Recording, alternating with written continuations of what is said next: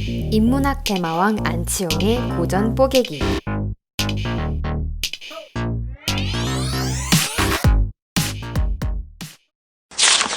정의란 무엇인가는 한국의 이른바 정의 신드롬을 일으킨 책입니다. 마이클 샌델이 정의를 이해하는 방식으로 간추린 세 가지는 행복의 극대화와 자유에 대한 존중, 그리고 미덕 추구입니다. 하지만 그는 이 책을 통해 무엇이 정의인지 명확히 제시하지는 않습니다. 오히려 우리가 일반적으로 당연하게 여기는 개인의 자유, 평등과 같은 가치, 또 공동선이라는 가치를 맹목적으로 추구하는 데는 분명한 한계가 있다고 지적합니다. 그러면서 정의는 절대 진리와 같은 것이 아니라 공동체의 구성원들이 만들어가는 것이라고 말합니다. 이런 맥락에서 마이클 샌델은 독자들에게 정의에 관한 자신의 견해를 비판적으로 고찰할 것을 요구합니다. 자, 정의란 무엇인가 명확하지는 않죠. 명확하지는 않고 다양한 관점들을 그냥 보여주고 있는데, 크게 보면 틀은 자유, 평등, 공동선 뭐 이렇게 볼 수 있죠. 큰 틀은. 자유하고 평등은 가운데점 찍어야 되고, 왜 그러냐면은 자유와 평등은 차원이 개인을 분석 단위로 하니까, 개인을 분석 단위로 하기 때문에 가운데점을 찍어야 되고, 공동선은 기본적으로는 사회나 공동체를 기반으로 하니까는 다르죠. 네, 그렇게 달라지고, 자유와 평등과 관련한 어떤 정의의 기준들은 이 책에서는 크게 보면은 이제 수량적인 개념을 통한 공리주의적인 측정, 자유와 평등을 측정할 때 공리주의적인 수량화하는 방식이고, 칸트적인 거는 이제 비수량적인 개념이죠. 그러다 보니까 칸트 철학에서는 선험적이란 말을 쓰는데, 선험적이란 말은 아프리오리, 그죠? 선험적이란 말은 경험 이전의 것이니까 우리가 모르는 거고, 주어진 것으로 간주한다는 거죠. 주어진 것으로 간주한다는 거기 때문에 사실 좀 모호한 측면이 있는데, 어쨌든 그거는 이제 우리가 익숙한 말로 하면은 돈으로 살 수 없는 거나 수량화할 수 없는 것이 존재한다고 보는 거죠. 그러니까 보편적인 가치라든지. 그래서 개인에게 있어서도 어떤 자유와 또는 평등을 측정하는 방식에 있어서 어떤 수량화와 비수량화의 방식이 있는데, 수량화의 방식이 우리가 널리 반복되어 온, 이쪽에서 반복되고 있는 공리주의적 입장이고요. 양적, 질적 공리주의라고 하는, 그게 양적, 질적 공리주의라고 하지만 사실은 더 양으로 환산돼요. 왜냐하면 노동 생산성을 얘기할 때 인풋분의 아웃풋이잖아요. 모든 생산성은. 인풋분의 아웃풋인데, 아웃풋은 항상 돈으로 계산돼요. 달러, 원으로 계산된다. 인풋은 다 노동 시간으로 계산돼요. 그럼 노동 시간은 환산돼, 다른 노동들이. 다른 식으로. 그렇기 때문에 다 수량화하고 있죠. 질적인 차이가 양적으로 환산되죠.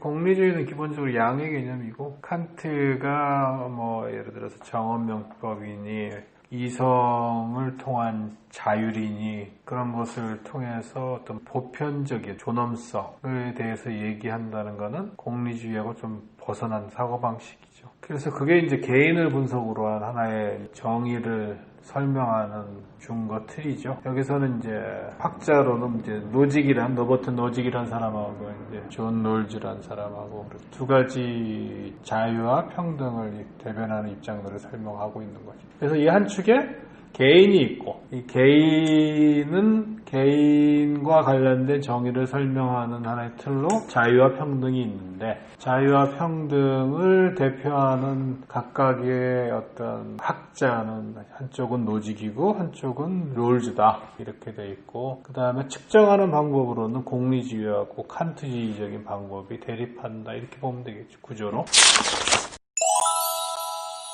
근데 이제 공동체적인 아리스토텔레스적 이쪽으로 이제 개인을 벗어나서 사회로 가면은, 공동체적인 질서로 가면은 이제 좀 복잡해지죠. 자유, 평등이라는 개념을 해석하기가 좀 어려워지죠. 공동체에 맞춰서 다시 재해석되니까. 목적에 맞춰서, 예를 들어서 공리를 최대한 신장시키는 방법이 아니라 그 목적에 맞는 방식으로 소유권이 주어져야 된다라고 이제 아리스토텔레스가 주장한다면, 기존의 개인 차원에서의 설명으로는 해석이 안 되는 거죠. 그죠? 공동체적 질서는 기존의 방식과는 다른 거예요. 그렇게 되면은 어떤 공동체이냐, 이런 것이 중요해질 수 있고, 그 공동체는 자기들의 규범을 완성해야 돼, 스스로. 스스로 완성해야 돼서 그래서 아리스토텔레스 시대에는 노예나 여성에 관한 문제가 노예제를 인정하고 여성을 인간으로 인정하지 않는 그런 것 자체가 전혀 정의와 배치되지 않는 그런 구조였죠. 그러니까 공동체라는 거는 사실은 그래서 어떻게 보면 공동체적인 또는 공동선이라는 정의로는 자칫 잘못하면은 하나의 그 보편적인 가치를 상실할 수가 있어요. 잘못하면.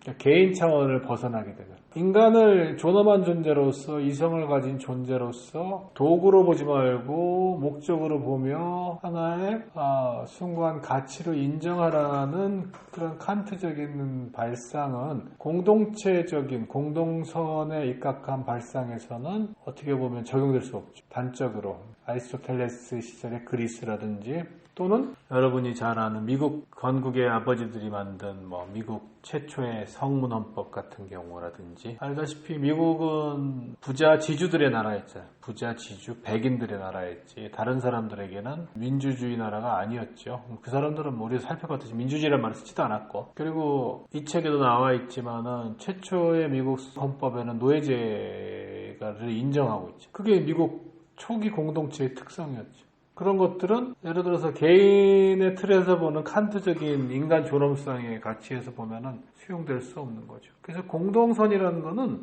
우리가 인류학에서 말하는 어떤 구조주의라는 거하고 또 연결될 수가 있어요. 구조주의라는 게 한동안 이제 유행을 했었는데 구조주의가 비판받았던 것들은 보편적인 가치를 배제했기 때문에 이제 비판을 받았는데 구조는 각각의 구조 나름의 유효성을 갖는다는 건데 그럼에도 불구하고 어떤 우리가 진보를 믿는 사람들은 또는 인간의 존엄성을 믿는 사람들은 관통하는 하나의 가치가 있다고 보죠. 그 가치가 배제됐을 때 보편적인 가치라고 해요. 보편적인 가치가 배제됐을 때 공동선이라는 거는 위험해지죠.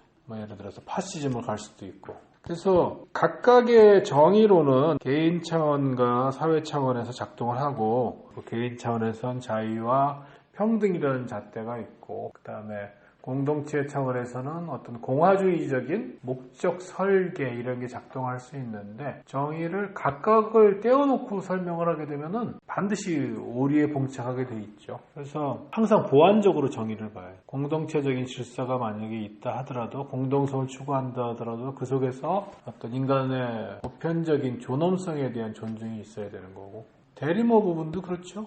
인도 같은 경우에는 대리모가 허용된다는 거잖아. 국가 차원에서. 국가 차원에서 허용된다는 거는 이제 말하자면 아리스토텔레스식으로 하면은 그 사람들은 대리모에 상응하는 어떤 목적론적 존재라고 보는 거죠. 그러니까 존중해 주는 거. 그거를 그대로 인정해 주는 건데 근데 그거는 개인의 존엄성 측면에서 보면은 개인을 수단으로 간주하는 거기 때문에 맞지 않는 거죠. 그러니까 두 가지가 같이 가야 돼요.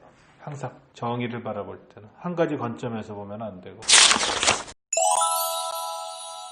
그러면은 이제 어떤 게 적정 포트폴리오냐, 어떤 게 개인과 사회의 적정 포트폴리오냐 이런 어려움이 있죠. 그때는 이제 정치가 필요하죠. 민주주의가 필요.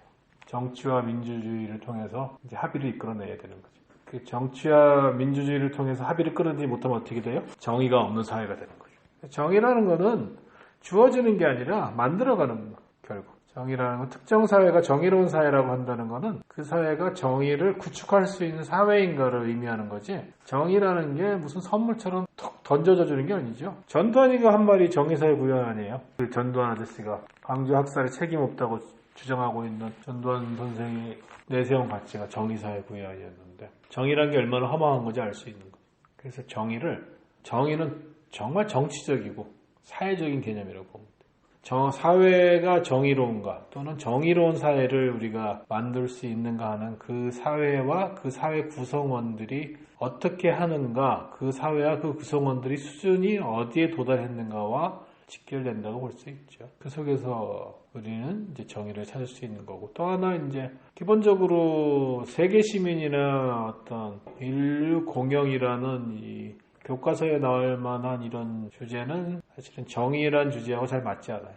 그러한 생각을 확장하려고 애를 많이 썼는데 아마 최근에 와서야 비로소 이제 현실성을 갖기 시작했을 거예요. 최근에 이제 온실가스 때문에 이제 공동의 피해를 통해서 이제 세계 시민으로 각성하고 있는 최초의 단계인데 그 전까지는 아까 말했다시피 정의라는 게 작동되는 범위라는 게 하나의 사회, 하나의 공동체, 뭐 그리스식으로 하면은 하나의 폴리스이기 때문에 그 폴리스 내에서 개인의 초점을 맞출 거냐 아니면 공동체 초점을 맞출 것이냐 이런 것이기 때문에 그것을 넘어선 인류 전체에 대한 보편적인 정의라는 거는 예컨대 칸트적인 정의 외에는 불가능한 거죠.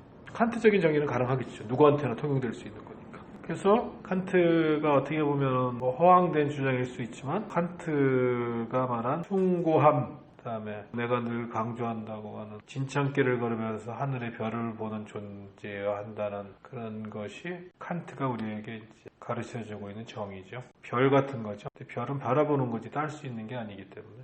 근데 우리는 항상 진창길을 걷고 있는 거고. 그 속에서 진창길을 걸으면서 어떤 식으로든 정의를 구성해야 되는 거다. 이렇게 볼 수 있는 거죠. 사례들은 많은데 이제 정리하면은 그렇게 뭐 이 책의 구조를 정리할 수 있겠네요.